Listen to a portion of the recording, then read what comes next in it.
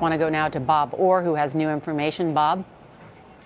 Yeah, Nora, I think we can clear up some of the confusion about the weapons. This is very important. I just got off the phone with a law enforcement source who says that with the gunman's body inside the school, they found two handguns. One described as a Glock 9mm and one is a Sig Sauer, similar type weapons that can carry extended clips. In his vehicle, I'm told in his vehicle, which was found near the school, was a Bushmaster type rifle. I'm not exactly sure the exact specs on the rifle, but it is the kind of weapon which does fire the .223 round.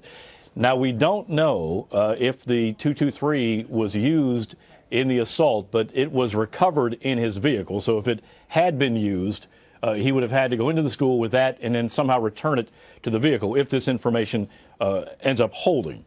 But with the body were two handguns.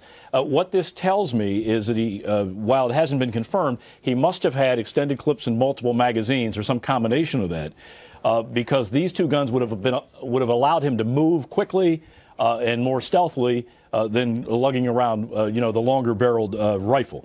But in any case, there are three weapons that they're working on.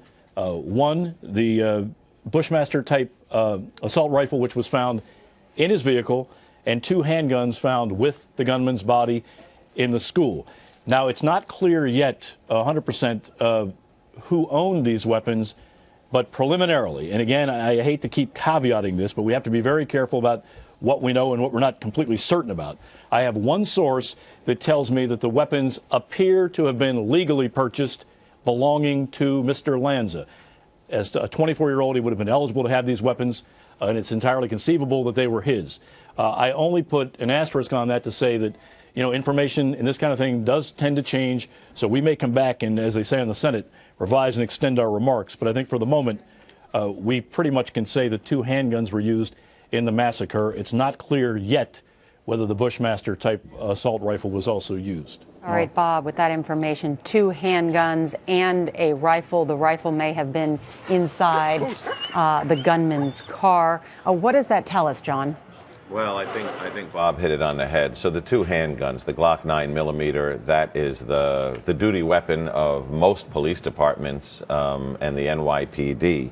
The Sig Sauer is the duty weapon of the Secret Service. So these are high quality, fairly expensive, and very accurate handguns that have a magazine capacity of about 12 or 15.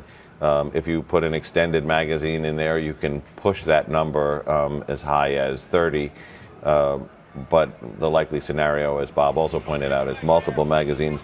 The Bushmaster rifle in the trunk of the car, that is kind of a knockoff brand of the AR-15, so it's a weapon capable of a 30-round magazine or larger of that .223 ammunition. It's the same kind of ammunition we use when we go to war with our military.